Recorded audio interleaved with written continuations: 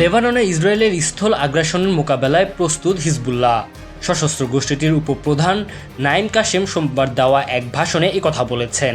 একই সঙ্গে যত দ্রুত সম্ভব সংগঠনের অভ্যন্তরীণ প্রক্রিয়ার নতুন প্রধান নিয়োগ দেওয়া হবে বলেও জানিয়েছেন তিনি।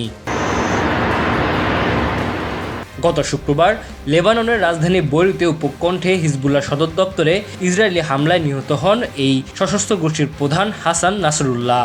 ওই ঘটনার পর তাদের শীর্ষ পর্যায়ের কোনো নেতা প্রথমবারের মতো জনগণের উদ্দেশ্যে ভাষণ দিলেন।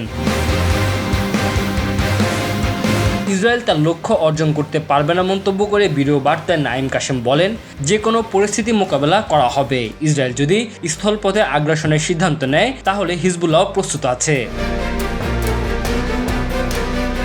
হিজবুল্লাহর উপপ্রধান আরও বলেন, অভ্যন্তরীণ প্রক্রিয়া অনুসরণ করে শীঘ্রই নতুন নেতা নিয়োগ দেওয়া হবে।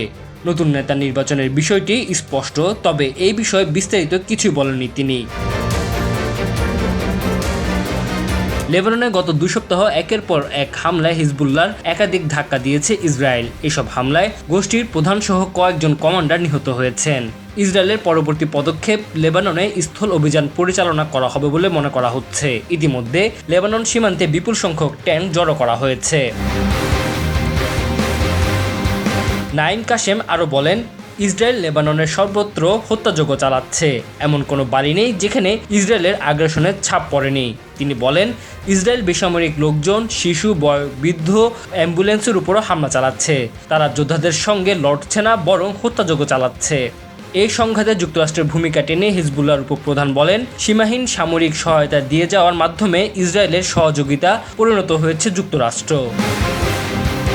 Tanzil Hasnat, MCTV, US।